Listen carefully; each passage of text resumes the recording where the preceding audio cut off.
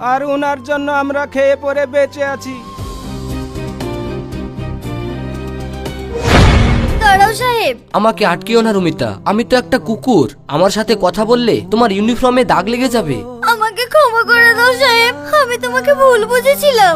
আমি ভেবেছিলাম তুমি নিজের লোভের জন্য ঘুষ নাও, কিন্তু তুমি যে এই টাকাগুলো গরিবদের মাঝে দান করে দাও আমি জানতাম না।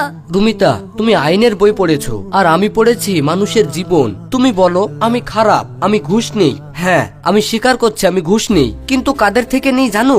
যে সমস্ত বড় বড় অপরাধীরা চোখের সামনে ঘুরে বেড়ায়, আইন ওদের কিছুই করতে পারে না, তাদের পাপের টাকা কেড়ে নিয়ে আমি এই গরিব মানুষদের মধ্যে বিলিয়ে দিই। কিন্তু এটা তো বেআইনি। জানি, কিন্তু ওদের কালো টাকা যদি এদের জীবন বাঁচায় তবে এই পাপ আমি 1000 বার করতে রাজি। আর আমার মতো পাপী মানুষ তোমার পাশে মানায় না। আমি চললাম, তুমি সৎভাবে ডিউটি করো। না সাহেব, তুমি আমাকে ছেড়ে কোথাও যাবে না। আমি তোমার শুধু বাইরেটাই দেখেছি, ভেতরটা দেখিনি। তুমি আইনের চেয়ে অনেক উঁচুতে। প্লিজ তুমি আমাকে ছেড়ে যেও না, আমি তোমাকে ছেড়ে বাঁচতে পারবো না।